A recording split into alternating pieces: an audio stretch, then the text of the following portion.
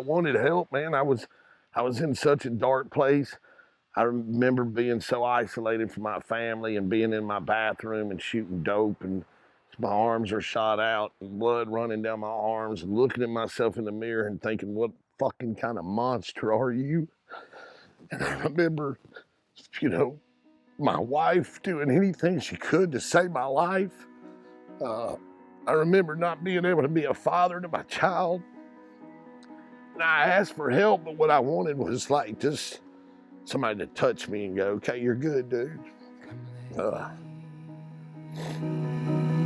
Me down.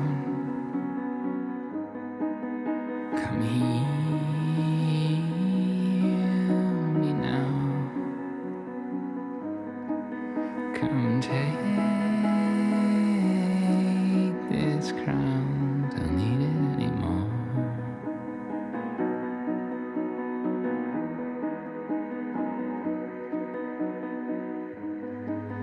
What's going on? There's something wrong. Been lost so long, but it happened all before.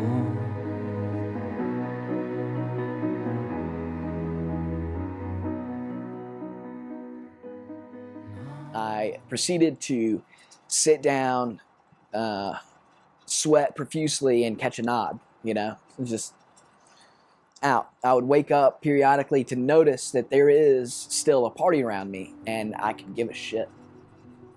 All the people that were, you know, enjoying life, and I was absolutely consumed with the substance. I didn't care about people, places, things, camaraderie, joy, friendship. The most important thing to me that night was the feeling that opiates provided me. I was snorting the Oxycontin, and then actually one of my really good friends in my sorority found out about it. And, you know, of course, like, drinking until you can't stand up anymore at 3 o'clock in the afternoon is okay, but taking pills, that's, you know, whatever. So she told my parents, and I can remember I walked into their office and they're like, we know you're doing drugs and you've got 3 ultimatums. You can get out of our house, go to the police academy, or join the military. And I just kind of wanted something different. So I said I'd join the military. We're all crazy, but there's different levels of crazy, you know? The guys that have kind of broke through, or the women that have broke through, they're on this real good vibe, real reflective, helping thy neighbor, helping the friend, you know, like really, you can just tell. And the other ones are just squirming for attention, squirming for a laugh, squirming to hurt people.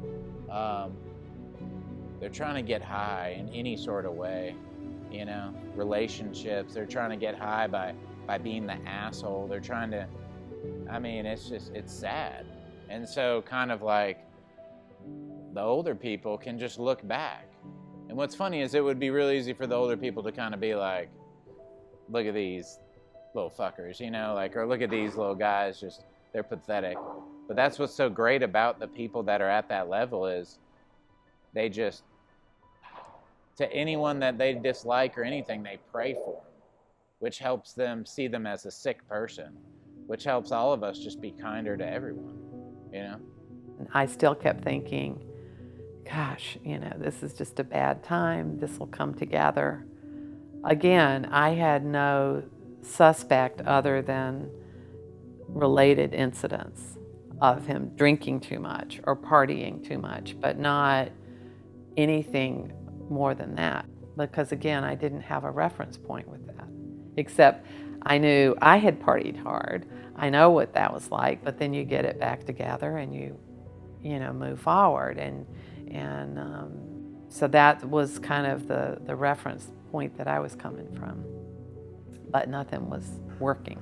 So I got in a big fight with my mother, you know, and I said a lot of harmful things, and, you know, like preteen kids or teenage kids tell their mother they hate her. you're ruining my life, and you don't love me. And so my mother goes to University of Alabama football game. Opening weekend is always Labor Day weekend, and she left with her boyfriend to go watch that football game, and never made it home. Died in a drunk driving car accident.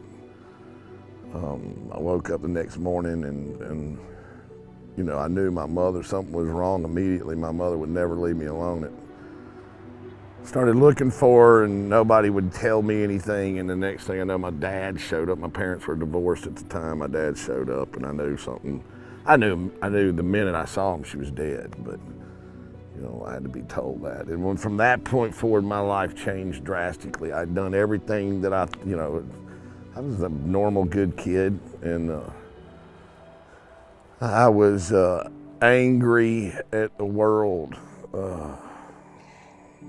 Aaron was, I've always used the word charming because that's very much what he was. And as a little boy, he didn't have a lot of friends, but he had 2 or 3 extremely close friends.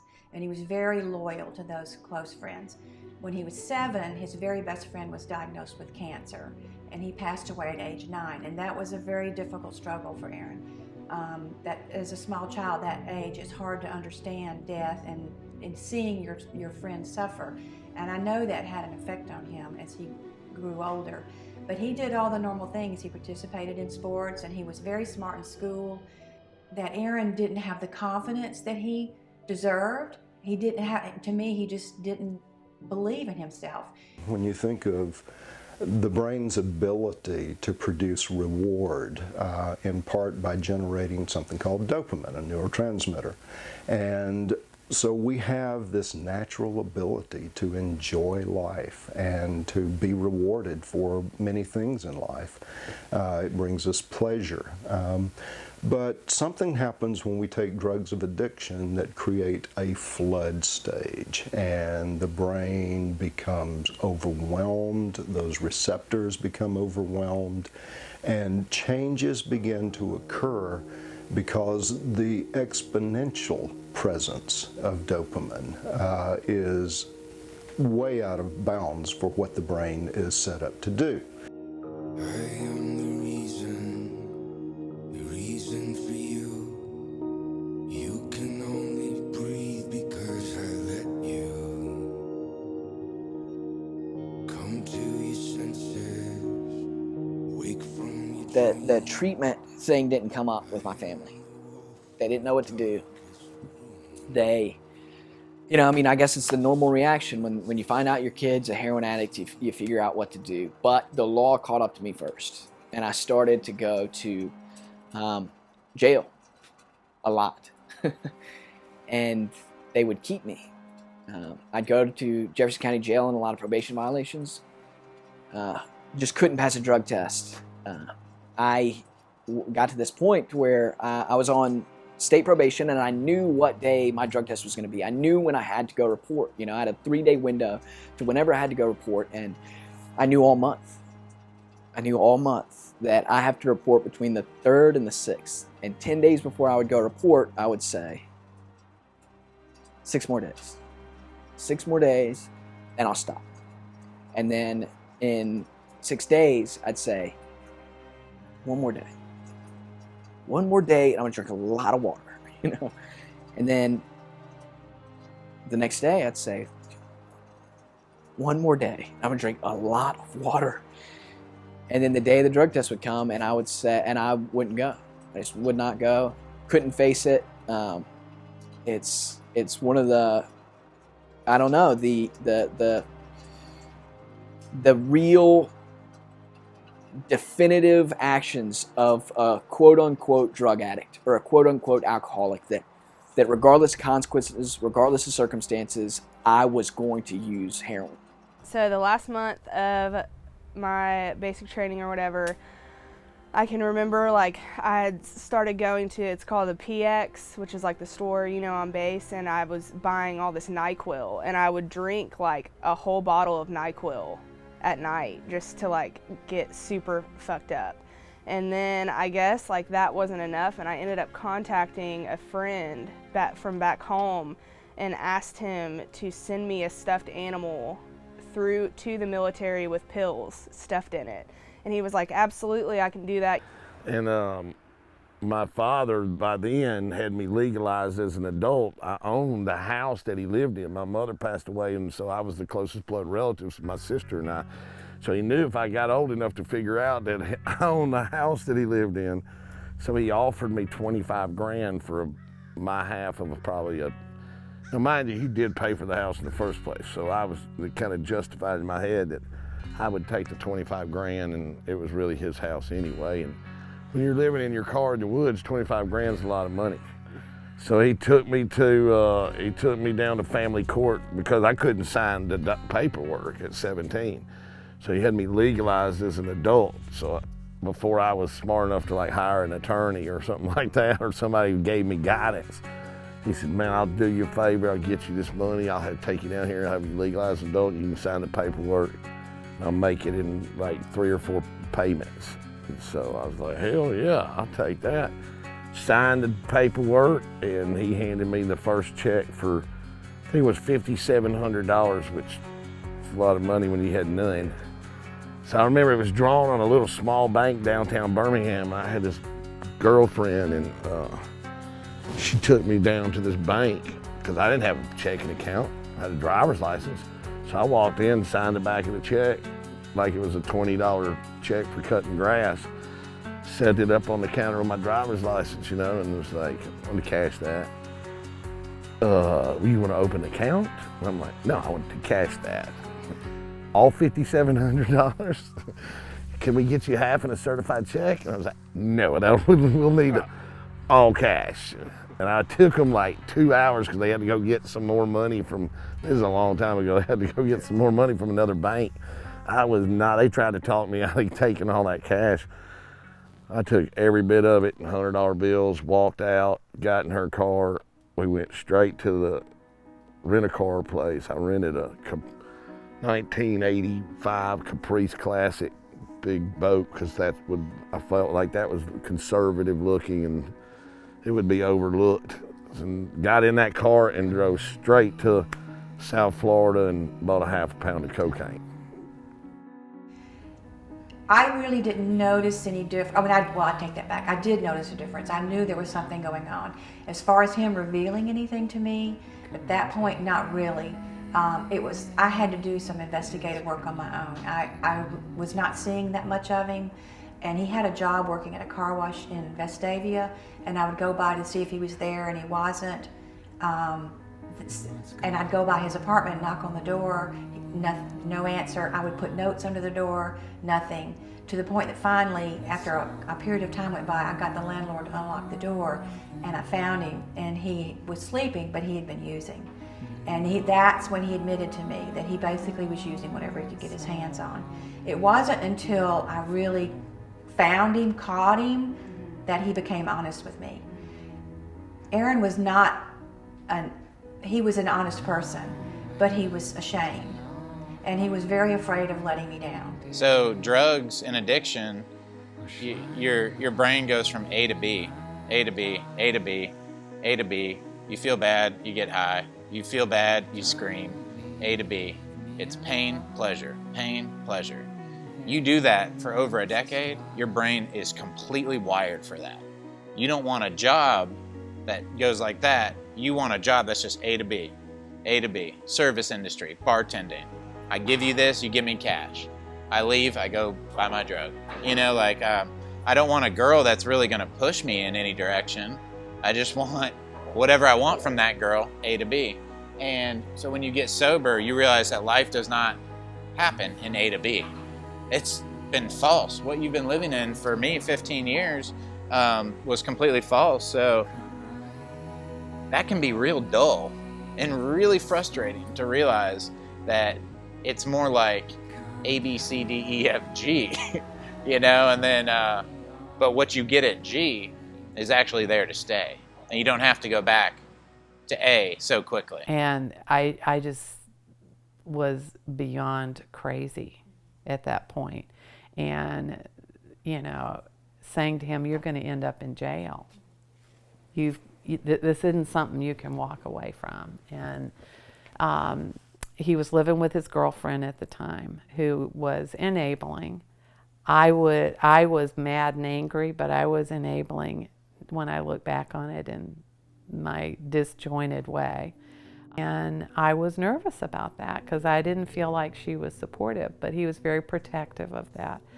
And I think he really thought he could manage it, just like I thought I could manage it. He thought he was in control of it. And it was probably within 6 months that he, told me that things were out of control, but I had begun to see that too. So I get back and I'm like, this is what I'm gonna do, and of course I'm in the National Guard, so I only drill 1 weekend a month. So it didn't end up being all that I thought it was going to be. And I started hanging around the same old friends and just doing the same old things. And by this time, I'd been gone for 4 months. They had started using needles since I'd been gone. And I would just kind of watch them, and I'd always said never, never gonna, those are for super junkies. I know some people that I don't hang out with that do that. This is before, and I'll never do that. And I just watched them just fade into oblivion. And I was like, God, I want that. And so one night I was just like, do it. I can't do it because I'm scared of needles. You do it.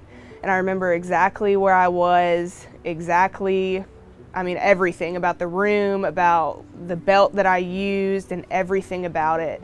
And that's the moment that I was like, it took 3 seconds, and this is it. This is what I'm going to do for the rest of my life, and I will do anything to have this feeling. I knew people that were snorting heroin. I knew people that were shooting heroin. And, it was $20 a bag. And I wasn't going to wind up like them. It was one of these things that I was very naive in the sense I thought I wasn't going to wind up like those guys. So we make it back home, and man, and I'll tell you, there were good times in my life. There were times where I made lots of money selling drugs, and I sold dope for 20 years, and I paid for, houses and cars, and I funded my life, gas, food, clothes for my wife. I would have jobs, but at 20 years old, you don't make any money. I had a house in Vestavia. I rented an apartment in Southside. I had another little house in East Lake that I sold drugs out of, and had big parties. I had a Coke machine in my pool table room in that house in Vestavia, and I would just open it up and throw money in it like a safe. And I remember just money being stacked in it. I was partying with this girl when I got back. We'd been up for about 3 days smoking crack and snorting Coke, drinking whiskey, doing whatever we were doing. I finally was like, man, I ate a bunch of Valium to come down, and of course I hadn't eaten anything, so I was like, we gotta go get something to eat. I'm starving. Midnight, like on a Wednesday probably, but so we decided to go down to the Crystal Hamburgers in Hoover, same one that's there now, and we drive down there in this big old 85 Caprice Classic, and I was gonna back in for some reason. I was really messed up on the Valiums. And so by the time I put my arm over the back to back up to the front door, I had jumped the curb and went through the glass, hit the garbage cans flying over the counter, people ducking and diving, screaming, glass crashing down everywhere. The cashiers are running off, all the way up to the counter where you order your food. And I looked at her and I went, oops, and stuck it in drive and pulled straight out. Glass falling all down. And I'm not saying that like this was in my master plan. I was just so tore up and I wanted something to eat.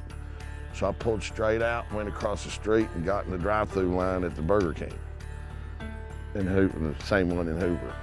And got my food, and of course the cops, I'm sure they assumed that the person that did this, that probably ran further than Burger King. And they were running up and down the highway and blue lights everywhere. I sat right there and ate my chicken sandwich with cheese and drove to my house and parked the car, and somehow didn't get caught. And I woke up the next morning and I was like, damn, did we drive through the Crystal last night? She was like, yeah, you're crazy as shit. And take me home. So I remember cleaning the car off and like taking it back to the car rental place, like, okay, here's your car. Everything is fine.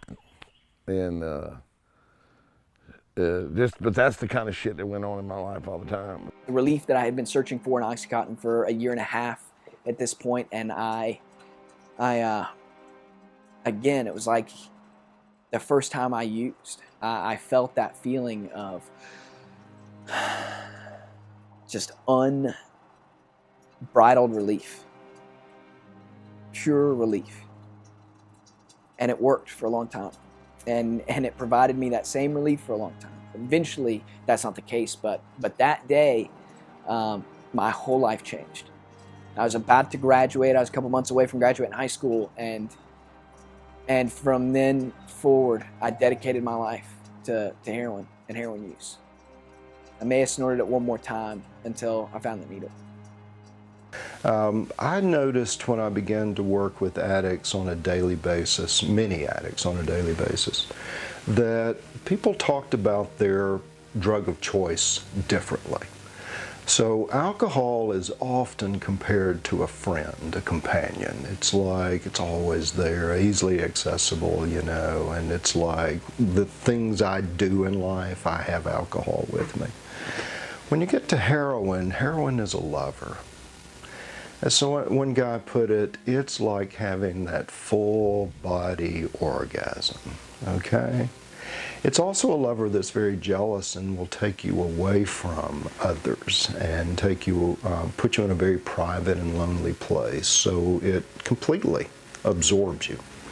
Well, that kind of love is hard to say no to, for one thing, right?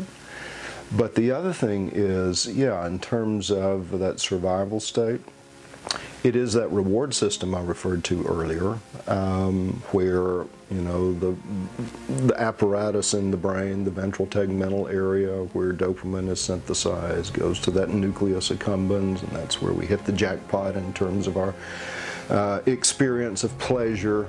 The prefrontal cortex, where our thinking is happening, is noticing all this, so it's learning this is where real life is. And then there's something called the amygdala extended that is part of the anti-reward system, so that following a high, beginning to move into withdrawal, there's pain, there's dysphoria, there's unhappiness, there's moodiness, and we just have I have a friend who says some people see the world through shit-colored glasses. Well, that's kind of the way it is in withdrawal. So this is my point. It is that same reward system that keeps us going and helps us survive, that helps us eat meals, that helps us procreate, that helps us do things that are good for our well-being. That system, again, it gets hijacked, it gets taken over. Things kind of just started to spiral out of control, basically. Once he was out of school, he had trouble finding a job and keeping a job. His drug use increased. He was afraid of trying to get a job because they would drug testing. So that became a real issue with me, particularly because if you're not in school, then you're going to work. He was working at this car wash in Vestavia, and he met a man there who was a little older, presented himself as, oh, you know, I've been through this, I've been down this path. As a mentor, you know, I can help him, that sort of thing. Offered Aaron a place to stay, because at this point, he was pretty much in and out of my house. I mean, it was either you do this or you're out, you know, or you live by the rules or you're out. It was back and forth, back and forth. It was just very confusing and chaotic. He wanted, again, very much to get himself on track, and he was very ashamed and would say, "Mom, I hate my life." But I think the drugs just became easier and more readily available than anything else, if that makes sense. And as it turned out, I didn't know at the time, but this man who he was living with was the one who introduced him to heroin. And he had Aaron selling and using, which I didn't know any of this until after Aaron died. I started using Lortabs first, and just like every good opiate addict, I progressed through the whole thing. And I'm having Lortabs mailed to my address off of pillbox.com, and I'm eating 30 a day, and that's not good enough, so I started using Dilaudid and Oxycontins, and before you know it, I'm taking the dope man's money and spending it on the drugs that I needed. And I owed a bunch of money, and I was trying to kick dope and eating a bunch of Xanax, trying to sleep through it. I'd had some guys come try to kick my back door in with guns, and I was so dope sick I couldn't even hold my pistol, and I'm hiding in the closet. And when they leave, my wife's like, "You gotta go." So I fell asleep, and the next day I woke up and I was like, I was supposed to leave that next day, leave the house, because her grandmother was there and our child was there, and there was dudes coming to kill me for money. And I'm strong, I'm a junkie, worthless junkie. And I wake up and I'm in her Jeep, and I'm like, "Where are we going?" And she's like, "I'm taking you somewhere." And I'm like, "I don't want to go anywhere." And I'd go back to sleep. I was so messed up on Xanax. I'd wake back up and I'm like, "Are we there yet?" And she's like, "Just go to sleep. I'm taking you somewhere to rest." And I woke up and we're driving in these woods, and there's like log cabins, and I hunted a lot then. And I was like, "Baby, I don't feel like hunting. What kind of hunting lodge are you taking me to?" Because I'd go on these hunting trips all the time. And she's like, "They're just going to let you rest here." And I passed back out, and I woke up, and I remember being in this like old log cabin house, and there's like a fireplace over here, but there's like women in white nurse clothes. And I'm like, what kind of place is this? Well, I had a buddy that sold dope for me, and I knew he was in rehab. His name was Dan. And the next thing I know, I look out the window and I see my wife's Jeep going up. I'm like, "Whoa, hold up a second." I know she said she was dropping me off here, but the bitch didn't even say bye. Well, what's going on? I'm pretty sure she had told them, "Hey, when this motherfucker realizes where he is, that big son of a bitch is gonna go crazy." Next thing I know, I'm like, look up, and there's my buddy Dan. I'm like, "Dan, dude, what the hell are you doing here? I thought you were at rehab. You're at this place too." And he's like, "I am in rehab." And I was like, "Whoa, wait a fucking minute." And seriously, I did not realize where she was taking me until he said that I was in rehab. And I was like, "Oh, hell no. I just need one more day and I'll be good. I ain't going in no motherfucking rehab. Y'all get away from me. Lady, don't touch me.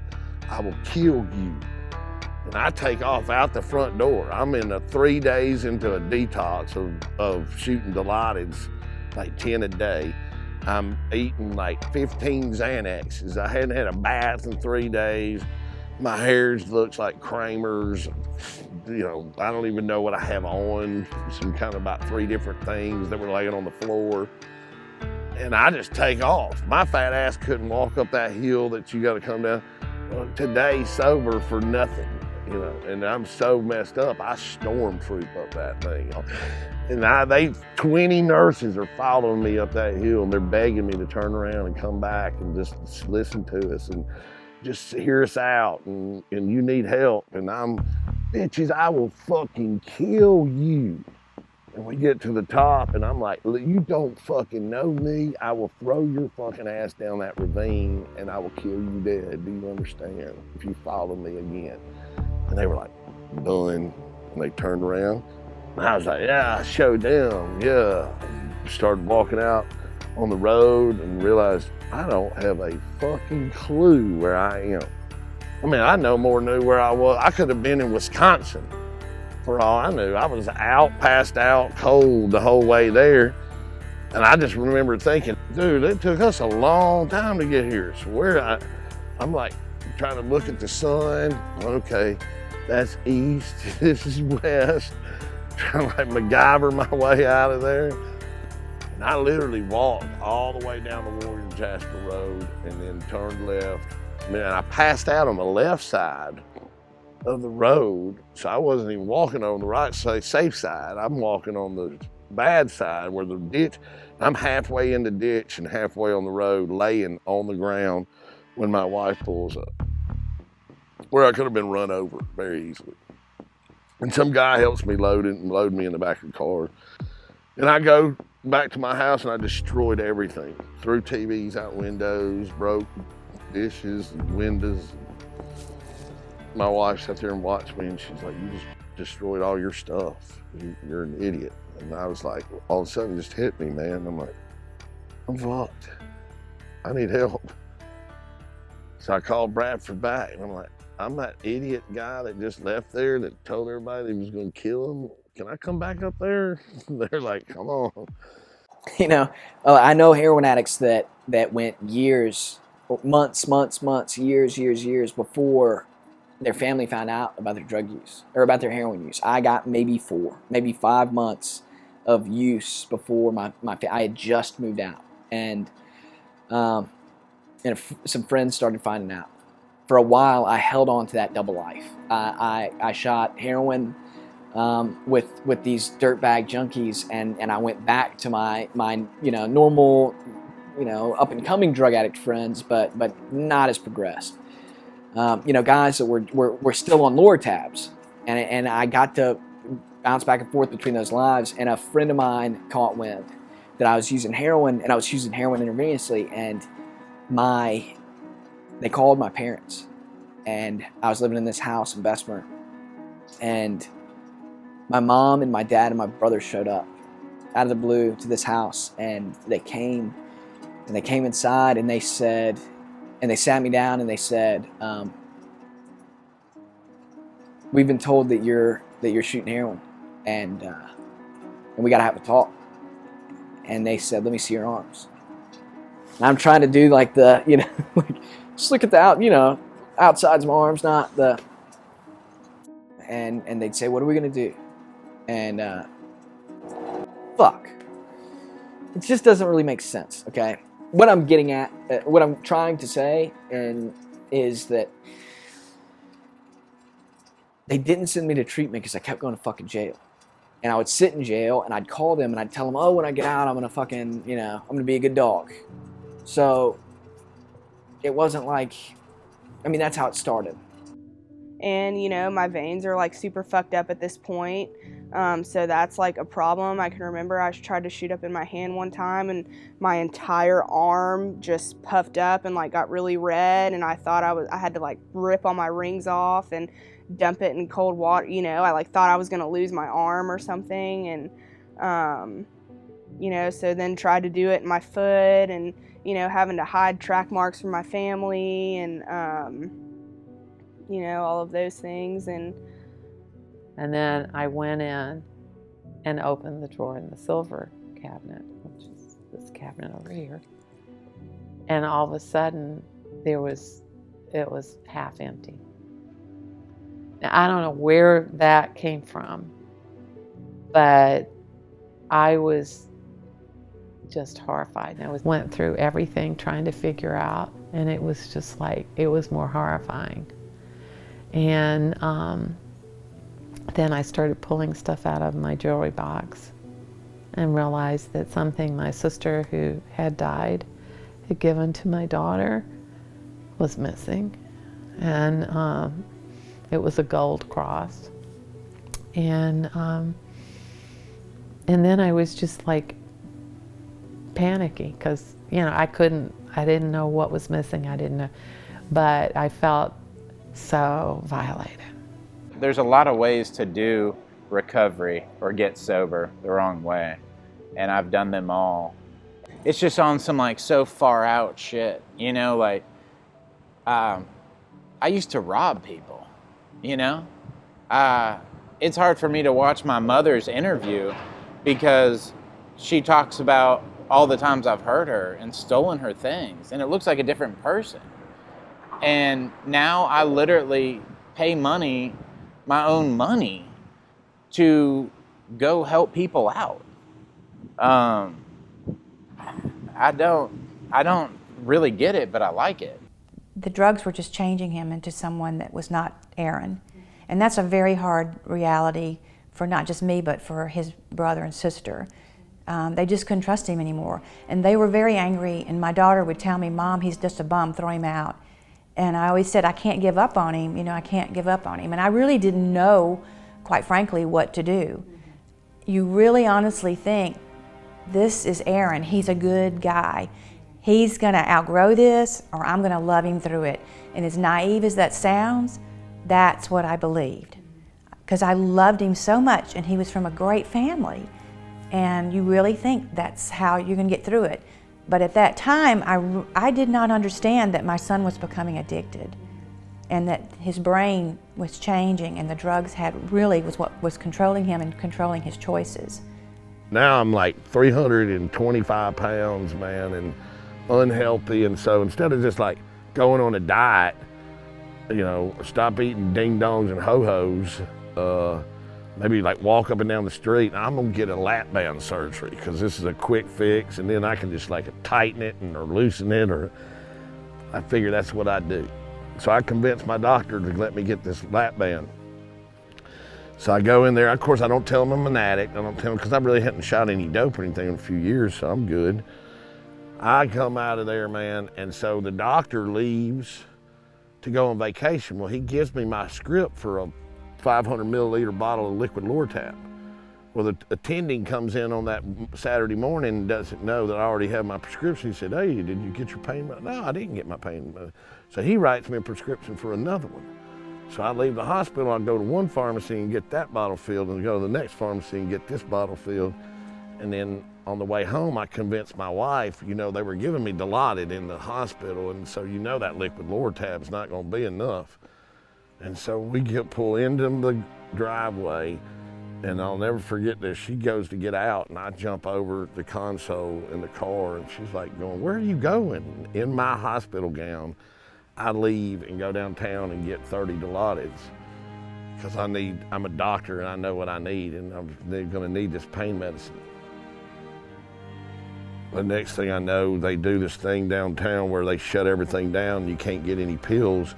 And I went to my guy to get some pills, and he didn't have that, but he had heroin.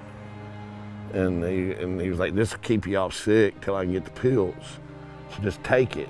He didn't even charge me for it. He was just like, gave me a baggie of it, and it was like, take that, and then when I get the pills, I'll call you. I said, okay, whatever.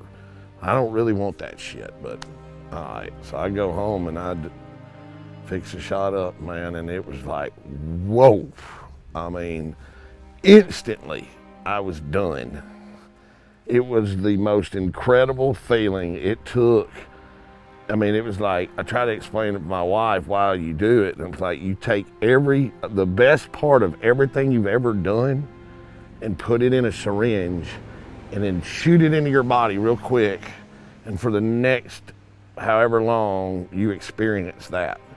Nothing matters, zero, you don't care about anything, everything is good. The cops could be kicking the door in, I'd be like, hey, y'all come on in, sit down here. And it's just, it's evil. And that's why there has to be a consequence for it. If it wasn't, everybody would be shooting heroin all day, every day. So God made it to where you had to be physically addicted to it, and you had you know, if you're gonna do that, this will be the consequence for it, or I never would have stopped. So I called the guy immediately back, you know, and I'm like, he was pissed even. He's like, dude, I told you I would call you when I get those pills. And I was like, no, that ain't what I'm calling you for. I'm like, don't ever even call me about those pills. That shit you gave me.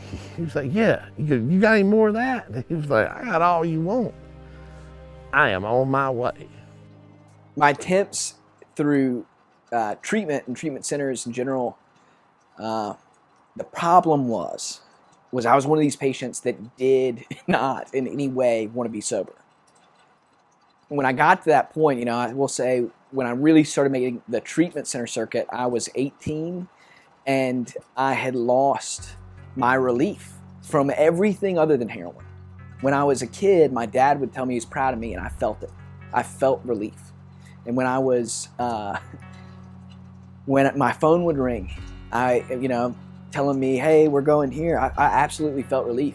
I would just sit close to the girl in class that I liked, and I would buzz, you know? And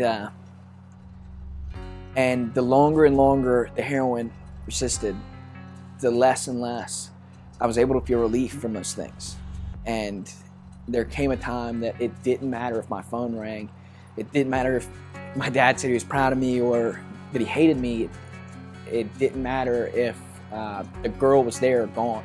The only relief that I had that was real, even though it was fleeting and detrimental, was heroin. So when I would go to a treatment center and they said, yeah, we're gonna have to take that away from you permanently, I was like, you are out of your fucking mind. Because that was it. The amount of brain damage I had done to myself, because that's what it is. You know, that's what prolonged heroin use does to you. It causes brain damage. At the level and the point that I was at, it was unbelievable to think that I would give up my only source of relief. So, with that being said, when I went to treatment, I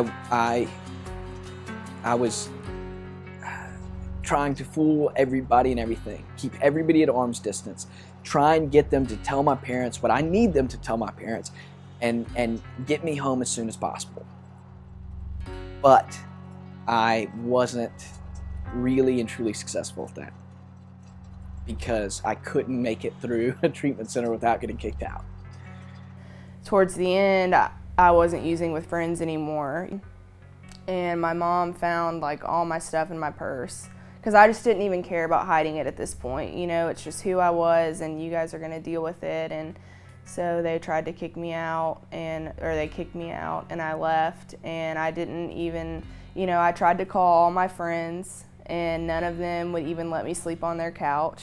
You know, I had literally no one left in this world that wanted anything to do with me, not even people that use drugs like I did. And that was like really hard, you know, and I just felt really alone and just wanted to try something different. You know, I didn't really care what it was. I didn't really even want to stop using heroin, but I wanted to stop feeling so miserable. Surprisingly, my dad came and picked me up, which my dad did not bail me out of jail. My dad did not, you know, come, and he was not a man of second chances, really. To a degree, but not really. I was very surprised he decided to come and pick me up from this treatment center, and he picked me up and he gave me this proposal. He said, I will buy you a bus ticket to any city in the country so long as you stay there. Or you can go to this other treatment center tomorrow. And I was like, well, I don't really want to be homeless anywhere else. You know, like being homeless in Birmingham sucks ass. I don't want to be, you know, further away from people. So I chose to go to the other treatment center. Again, it was a state-funded program, and I was kicked out within about 12 hours. Not for drugs, for my mouth. Still kind of pissed off that place, you know? Yeah, I was a dipshit drug addict that came to rehab. You kicked me out in 12 hours? Surprise, surprise, I suck. When they called my parents, they said, it's not our problem. And they you know, said, go, leave. So it was raining, and I was like, can I get an umbrella? Can I get something? So they gave me a trash bag, so like outside. And from there, I hitchhiked home. I've got a hell of a story about the hitchhike. I don't think that y'all could use it. It's long. Breaking out? You wouldn't be able to use it. So when one of the first guys that picked me up was a guy named Barefoot Bill. I shit you not, really. sweet old man, did not wear shoes. His feet were fucking awful. Disgusting. I was like, why do they call you Barefoot Bill? And I looked down, I was like, holy shit. They looked like, dinosaurs' feet. It was fucking awful, man. And he fed me. I always did this. I hitchhiked a lot, and I always did this to people. I would tell them my parents were dead, that I was a drifter. I would make up a story from car to car to car to car, just trying to get $4, $6, $10. And I would hitchhike and give these sob stories. And with him, I told him that my parents died in a car accident, and I was drifting around looking for work, and he owned a moving company, Barefoot Bill's Movers, right? And he offered me a job. So he dropped me back off in Birmingham. I couch surfed. I don't really know, but I wasn't on the streets at the time, and I don't know. I remember getting this job with him and starting to work with him, and he.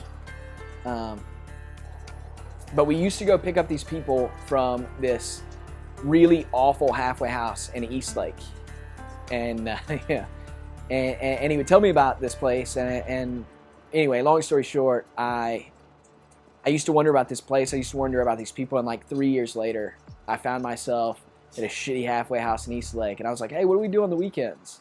And sometimes this guy comes and picks us up, and we have to help him move. And I was like, is his name Barefoot Bill? And they're like, yeah, how'd you know? Fuck. I had to tell them my parents weren't dead, and all this stuff. I was sober at the time, attempting again. I was at a halfway house, and I was trying to do good. I had a sponsor. I was going to meetings, and at the very end, he gave us each, it was Christmas Eve, and he gave us each $100. And I was legitimately trying to be good and do the right thing. And I, at the very end, walked downstairs and unlocked a back door. The end of the darkest period also became the beginning of my strongest period, about realizing and accepting that Drew had a serious issue. He stole some checks and forged my mother's name on them. I was keeping her. And I got a call from a check cashing place, and asking me if in fact I had approved this check, because they had called my mother's apartment. My mother was 101. The sitter realized something wasn't right, and so she called me and I called. So anyway, I said, no, I didn't. And before I hung up, and I don't like these places, but this young woman said, well, would you like me to save the check for you? And I said, no, just throw it away. And she said, are you sure? And then I thought, whoa, I need to, yeah. So I walked over again, felt this deep shame going into that place, and yet they were very kind. Nobody stared at me. They, had put the check in an envelope with my name on it.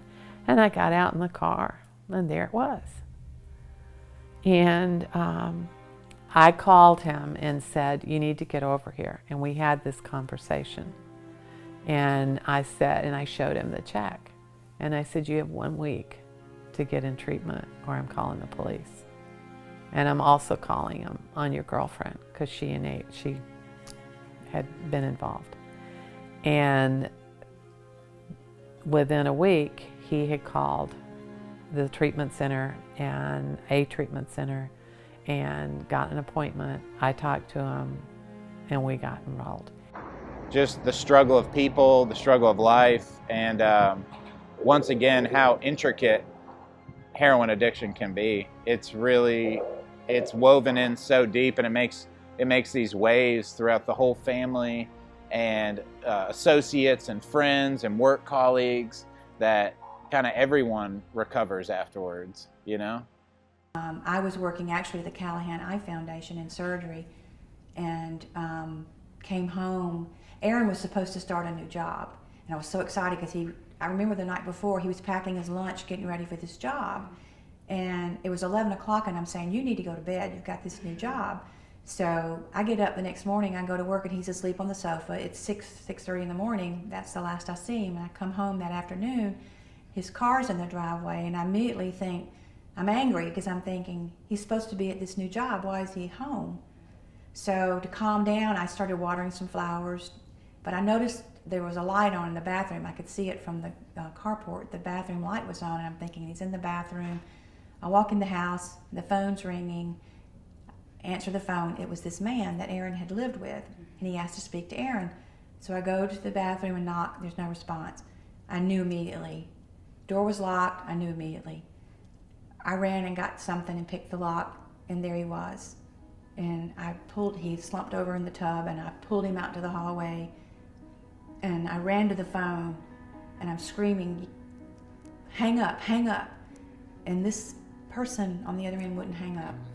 So I had to grab my cell phone and call 911. I went back and I started CPR. And they took him to Brookwood, and they worked on him for about half an hour, but then the doctor came in and told me that he had been down too long. Come take this crown, don't need it anymore. I don't remember a whole lot other than saying, this can't be real, this can't be real. It's just very hard to process when someone tells you your son has died.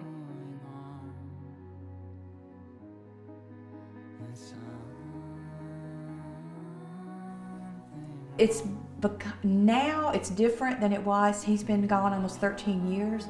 This problem has become an epidemic, and it's starting to affect almost everyone, so that now it's a different conversation than it was back then. And when I talk to students about what happened to Aaron, I don't think they're that surprised, because they're already seeing it. Even as young as 6th grade, they're not real surprised by it. It's almost like, it's very sad to me because it's their reality. And that's your daddy, and that's your Uncle Aaron. That's Dada. That's your daddy. That's your Uncle Aaron's brother, your daddy. And that's you. That's me. That's right. And that's Tia Maggie. That's Tia Maggie. That's right. She's little. That's right. And here's Aaron, and that's your daddy with Uncle Aaron. She's so fun.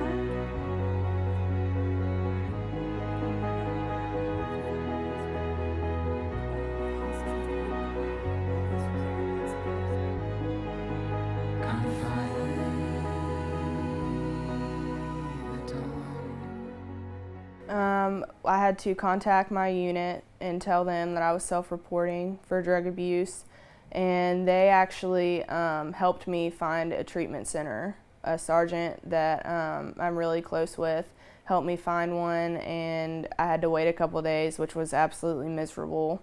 And I finally got in to treatment, and they detoxed me from there. I tried to get drugs the whole time I was in treatment, and I just, I wanted to be there because I wanted the consequences of my actions to stop back home. I wanted everybody to think, I'm going to treatment now and everything's okay, and just kind of, maybe if I took some time away from there and they thought I was being a good girl again, So initially, I think I just didn't want to be in trouble anymore, I think the turning point for me really wanting to do this thing was, not being able to get high, because it's like I didn't want to get high, but couldn't imagine my life not getting high, but I couldn't imagine my life, like being sober. Couldn't imagine my life with or without heroin, and I just had to do something different, because everything else that I'd always done never worked. So I just finally said, okay, I'm gonna do this y'all's way. I'm doing $300 a day in pills, and all of a sudden when I first started doing this, $300 would last me all week. And I was like, oh my God, this is fixing all my problems. My financial problems, everything's gonna be fixed now. Of course, that didn't last very long, and pretty soon I was doing $300 a day of it. And I was, within 4 months, the absolute worst heroin junkie that I've ever known, to the point where I was doing so much that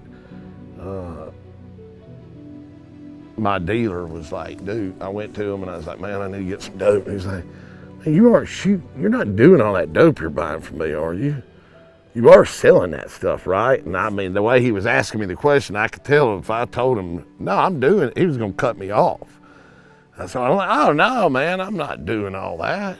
I mean, you know you're doing a lot of drugs when your drug dealer says you're doing too much drugs. It's like, dude, you need to slow down. Quit bringing me all those $100 bills. So, and I'm so bad, man, I can't do anything. It makes every decision in my life. If it tells me when I'm gonna go to sleep, it tells me when I'm gonna wake up, it tells me if I'm gonna have sex, or if I'm gonna eat, or if I'm gonna work, or if not gonna work, if I'm gonna go to the bathroom or not go to the bathroom. Every decision I made was made by heroin. It didn't matter if I had to be at work or whatever, and I'm riding around in a company truck with the company name on it, and I can't stop, and I know I'm gonna get caught, but it doesn't matter. Besides the last treatment center, I never successfully completed one. I've been kicked out. I've been banned for life from a treatment center. One closed down on me while I was there. It was like a 90-day thing, and at day 60, they're like, yeah, we can't keep this around anymore. So the last one was the only one that I successfully completed. And to be honest, I never really considered whether or not it was going to work for me. In the previous 4, it never occurred to me whether or not sobriety was obtainable, because I was not trying to obtain sobriety. I was not there for that.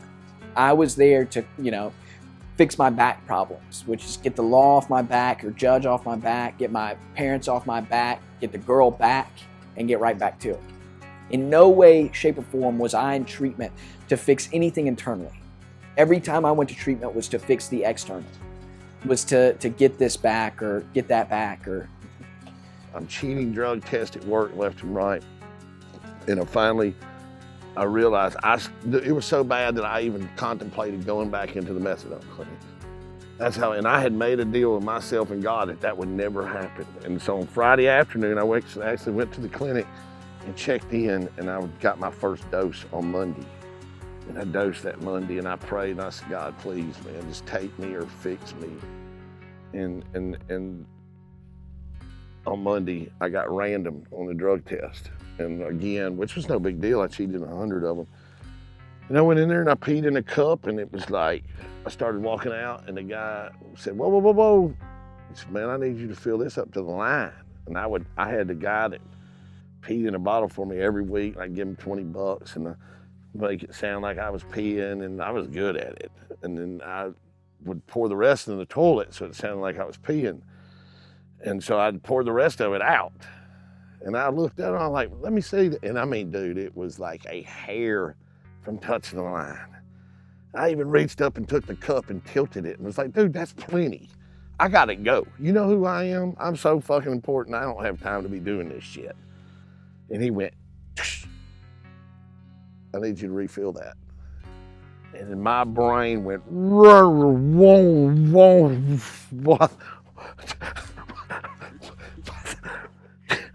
what the fuck did you just do? And he was like, oh man, it's okay, calm down, man. Go drink some water. You can take an hour. So you have up to an hour to refill it. Chill out. I mean, I was literally outwardly freaking out.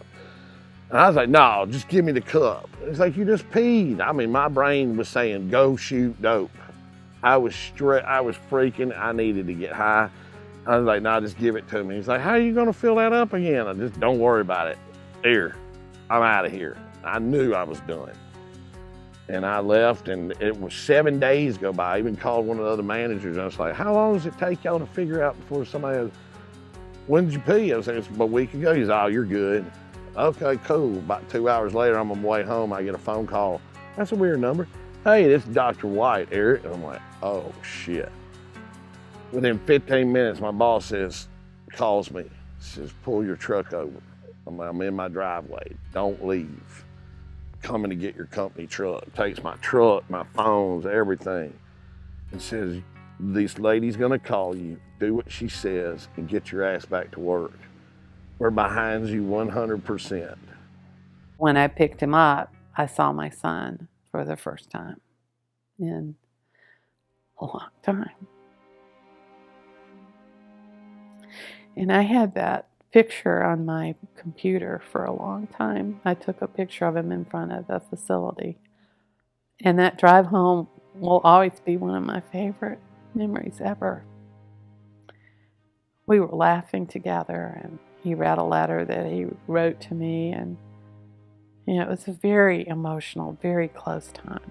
When he came to me about this treatment, and he was trying to get in one facility, and then he called a facility where he had been before, and the staff just immediately responded to him. And it was very difficult for him to go back there because he had been real successful. And so this path, one of the things that I have to learn as a parent, he's had to learn as a participant in a program, is humility. And when you get too far from that, you're working on your own pride and your will to control things, that's when you can start slipping. And he knew that he was in a really bad place. I don't think he knew or I knew how bad he was in until he told me the way the staff welcomed him when he came back. And they said, welcome back. Not like, we're glad to have you here, but welcome back to life. And I have come to realize how much courage it has taken for him to want to be in recovery. The impact and the seriousness of what he's had to do to change his life.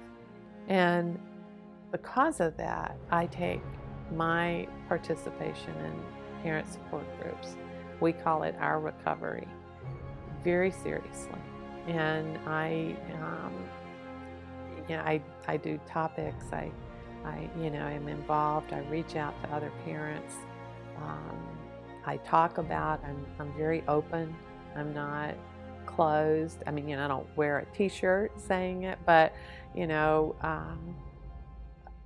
not a secret anymore. That's what's so wonderful about having someone like you, Barbara, because you completely understand. I mean, I can talk to you, and you understand the fact that you're not judgmental of my son. You have this beautiful, gifted, talented, intelligent, wonderful son who traveled that path. And thank God he didn't end up like my son. But at the same time, I can talk to you, and that's one of the reasons why we immediately bonded, because you understand, and you don't judge my son, and you understand that it wasn't about him having lack of character or no morals, or because that's kind of where we are in this world with addiction. I mean, it's very frustrating to me because I try to talk to people, I try to make them understand the face of addiction, that it's not about lack of character. No. It's about addiction as a disease.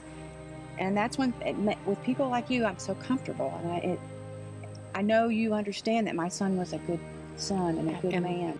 And that you are and were a good parent. And I think that's the thing that I see over and over again in the groups that I belong to, male and female. I think women are most readily there with that sense of, wasn't there something else I could have done, or how could I have missed this? Right. And we understand each other's pain. I sat in jail for those 9 months, and I told myself and my family that I was not going to get high anymore. And I absolutely meant it, 100%, that I did not want to use drugs anymore. I got out, I was released, and I made it about 3 hours. Even though I swore to my family, to myself, I was going to go to school, get a job, get a girlfriend. I was going to be a good dog. And just like a dog, first $20 was like that open gate. was gone. But what was different this time was I called some of my junkie friends, just a couple of them, Matt M, Ralph A, Steve-O G, and I called Matt first, and I, what are you doing? He said, I'm going to a meeting. I said, take me with you. He said, I'll be there in 5 minutes. And he, first red flag was he was really there in 5 minutes, which is shocking to heroin addicts. Everybody acts like the drug dealer's always late, but if there wasn't heroin at the end of the rainbow, you would not see me for months. So he showed up in 5 minutes, which was alarming. And the second thing was he had his dad's work truck, and his parents were like my parents. They were not enablers, or they were not very big enablers. For him to have his dad's work truck, something had happened.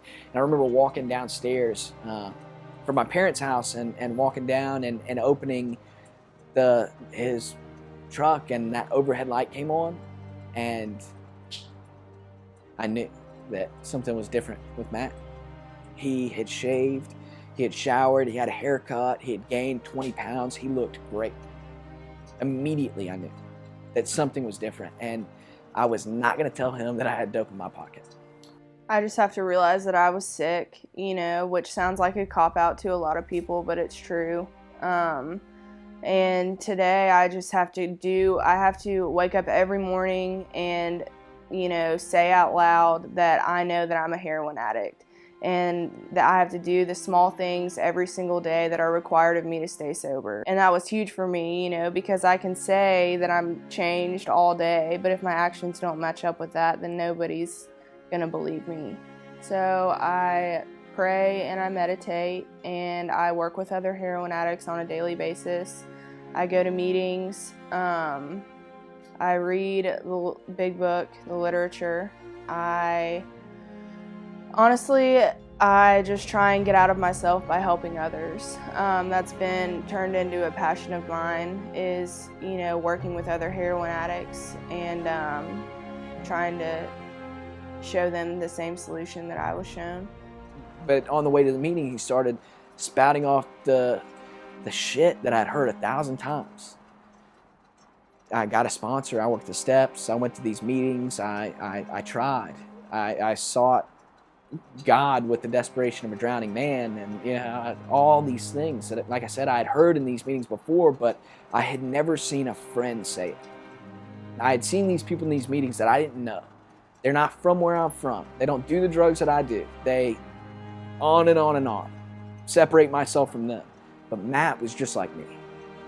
Matt didn't believe in God 9 months ago. Matt was a junkie. He was not one of these people that wasn't that bad. Matt was bad.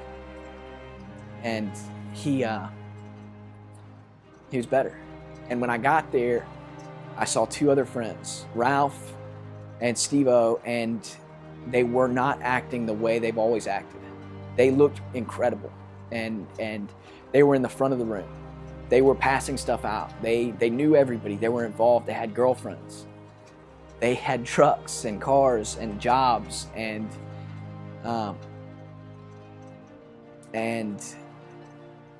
I guess for the first time in my entire life, or for a long time, I had hope. I did not know how bad things had gotten up to that point until I saw that. Until I saw that there actually was a way out.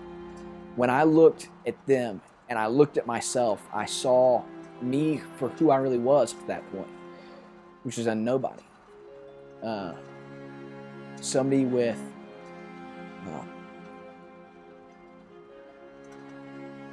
somebody that had punished everybody that had ever loved him, and somebody that was incapable of existing like a normal person. I was unemployable. I was empty. I was unhappy. I was depressed. And I did not really want to live. And I saw them that night, and it changed everything. And I was hungry for it. And I wanted what they had. Externally, at the time, I wanted what they had. And I went home, and the next day I overdosed.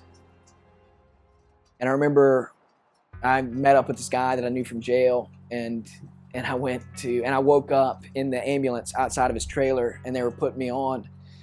And I remember continuing to ask the EMT if I was okay. I had never gone out that long, and they had to Narcan me, bring me back. Like, they were just annoyed by me. It's another drug addict that they had to go and pump full of Narcan and bring them back when they could be helping somebody that was in a car accident. And but I remember asking if I was gonna be okay. Am I okay? And he, yeah, you are. Yeah, you're gonna be fine. And then I remember them going, I guess, through my pockets, and they said, hey, we called your family. They said, just don't come home. And again, all that hope that I had, and all that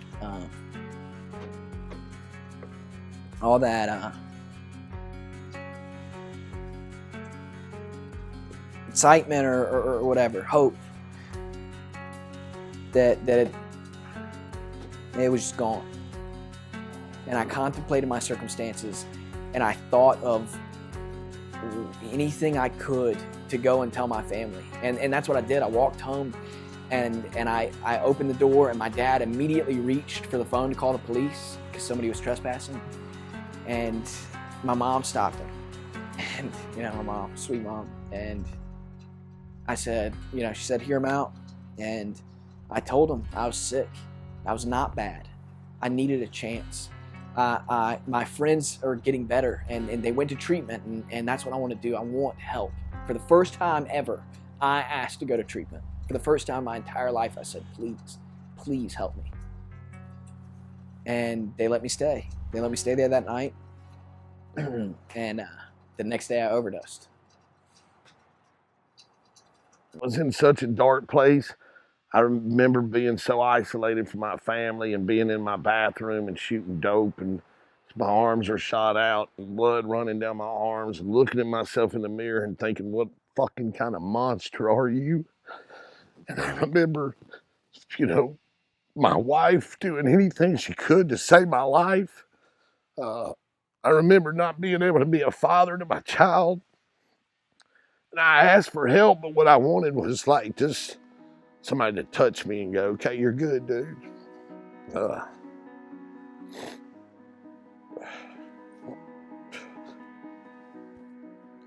So I went to rehab at 40 years old.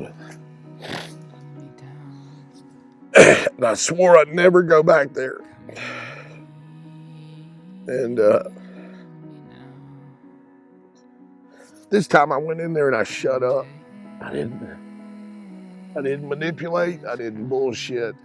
Man, I just shut up. Listen. As I was broken.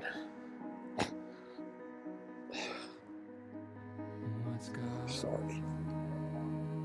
And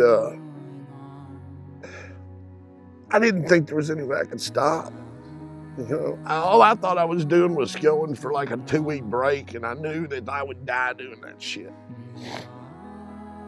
I had people teach me how to cut dope, shoot dope, sell dope, make drinks, party. I had somebody teach me how to do every bit of that. But I was unwilling to talk or ask another man to teach me how to be sober. And it's the stupidest thing in the world, but it's the disease that we have that tells us lies. I have a disease that centers in my mind that tells me lies, and it screws my perception up. And so I went to a meeting at the hut, and I was about 2 days from getting out of rehab, and scared to death. Thought I was destined to die a drug addict. I knew I was a drug addict 25 years ago, And I just knew that literally at one time in my life, I never thought I'd make it past 30. And now here I'm at 40 and I'm still on drugs. So when is it going to end? When will I die? That's what I was thinking. And so they told me, I remember them telling the PSA at that time, like, don't let that idiot come back here without a sponsor. And They basically kind of trick fucked me into getting a sponsor, but I did, you know, and you know, in my mind, I had this idea I was going to get like this Hell's Angel drill sergeant because I'm so bad. I need this real tough guy. And what I got was a 23-year-old kid that I would have no more run around with in the streets than the man on the moon. I would have killed you if you brought him to my house. You know, I just wouldn't have not have interacted with this person. And I know God put him in my life because he was the least prideful person I've ever met in my life. He has no pride or ego at all, especially at that time. And I was so full of it that if I'd have gotten some drill sergeant or Hell's Angel like I thought, I would have been fucking beating the dude's ass within a week, telling him, fucking, you don't tell me what the fuck to do.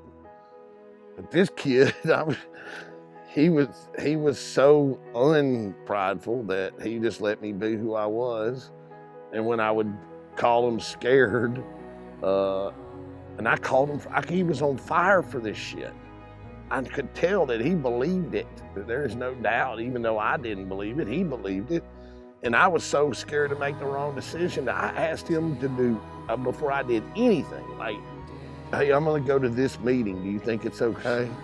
You know, I'm a 40-year-old man asking this 23-year-old kid, and fortunately, he didn't really have a job.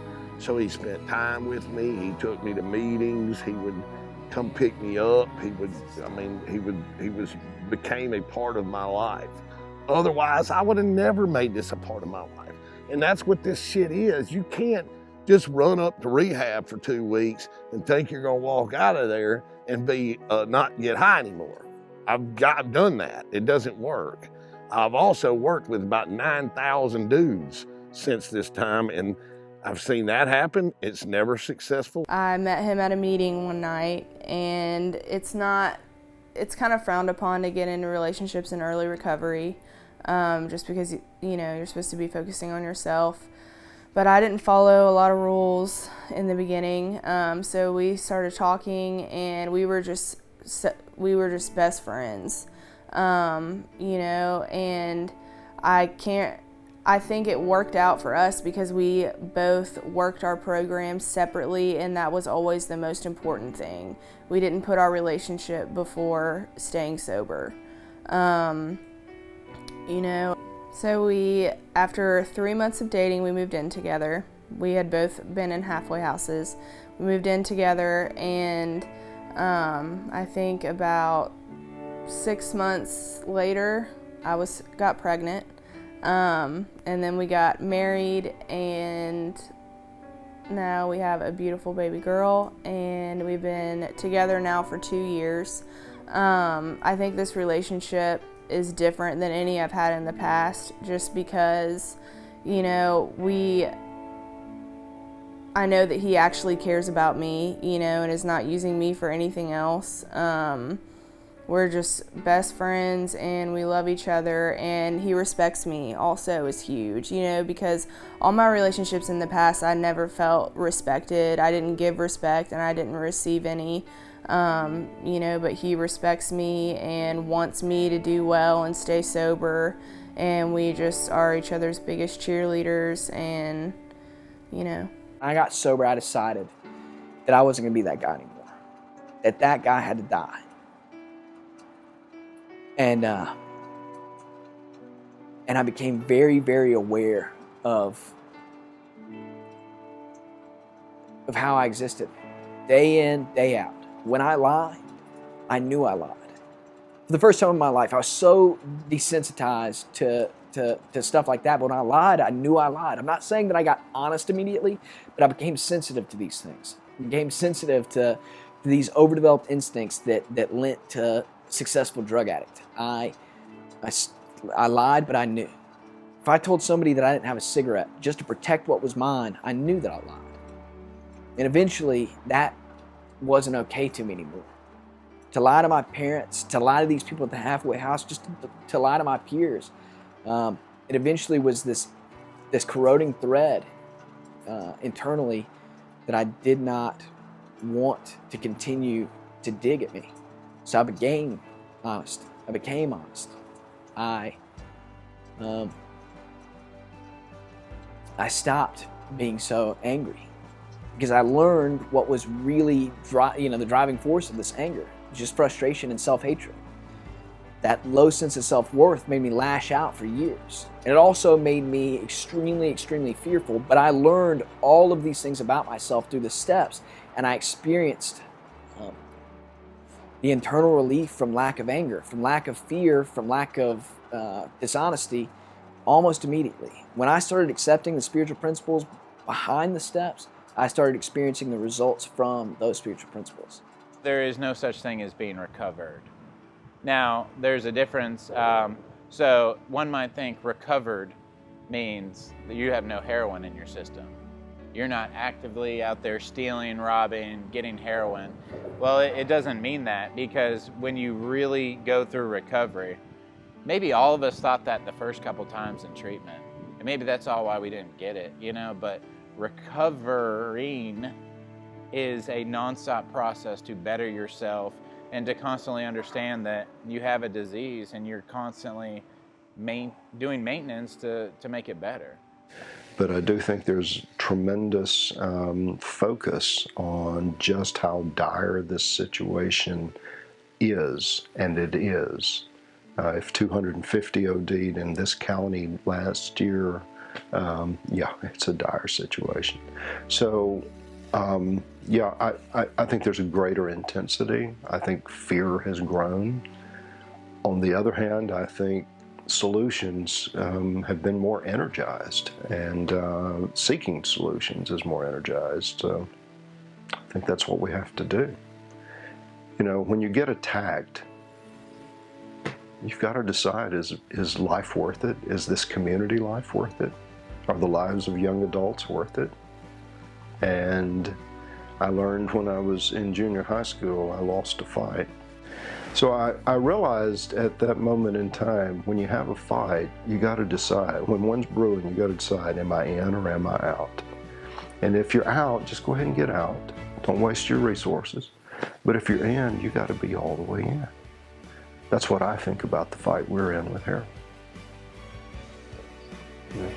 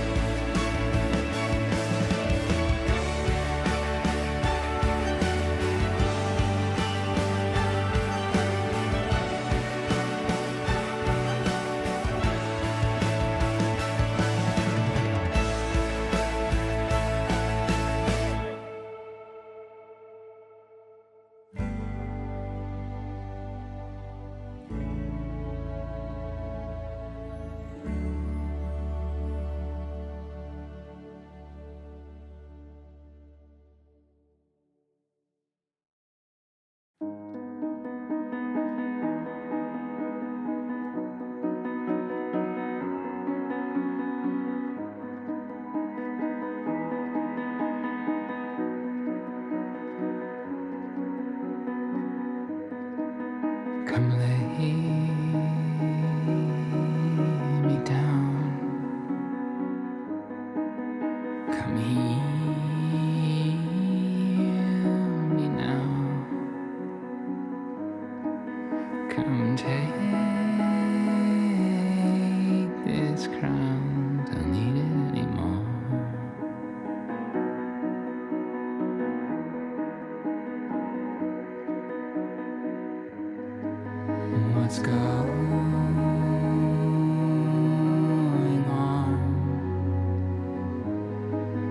There's something wrong. Been lost so long, but it happened all before.